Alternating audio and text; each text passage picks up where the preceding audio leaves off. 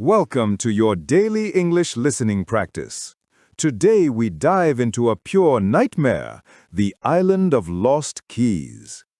Mark was a professional deep-sea diver and treasure hunter.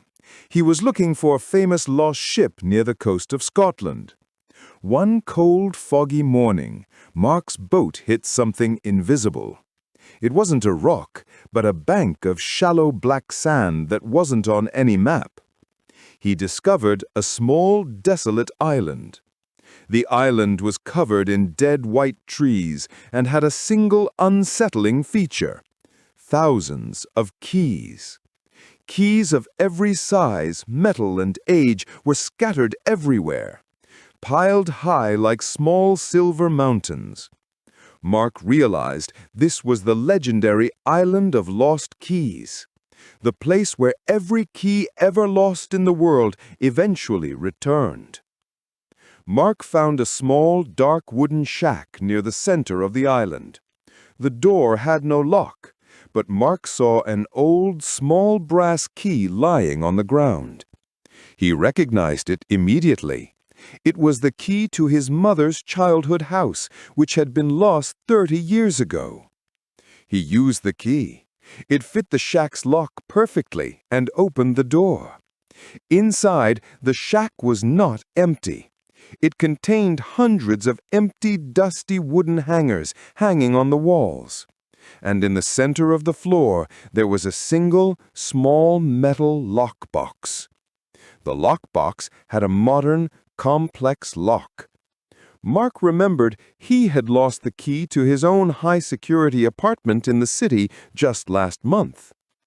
He searched the Silver Mountains for an hour. Finally, deep under a pile of rusted iron, he found a key that looked exactly like his apartment key. He rushed back and tried it on the lockbox. It fit. Mark opened the box, expecting gold. Inside, there was no treasure. There was only a piece of paper. The paper read, "Thank you for your key. Now I have the final piece." Mark looked around the small shack. He suddenly noticed the empty wooden hangers. They weren't for clothes. They were the exact shape of a human torso and shoulders, like empty bodies. Then, from the walls, the hundreds of empty wooden hangers began to rattle and shake. The floor began to move. Mark heard a sound from the Silver Mountains outside.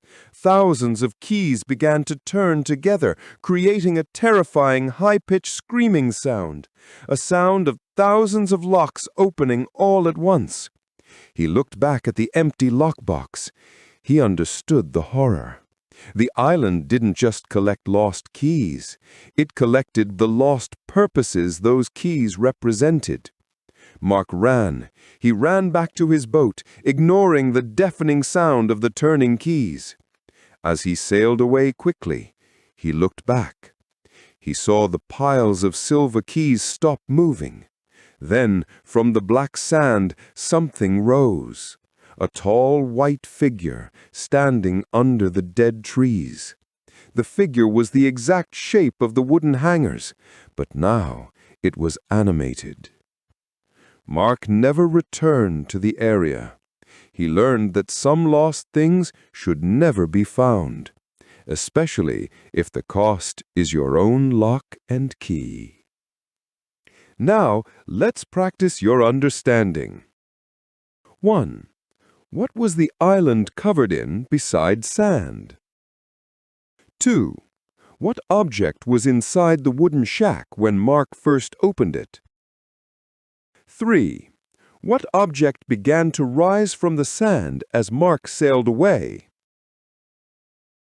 Thank you for your daily practice. Don't forget to like this video and subscribe for more English stories tomorrow.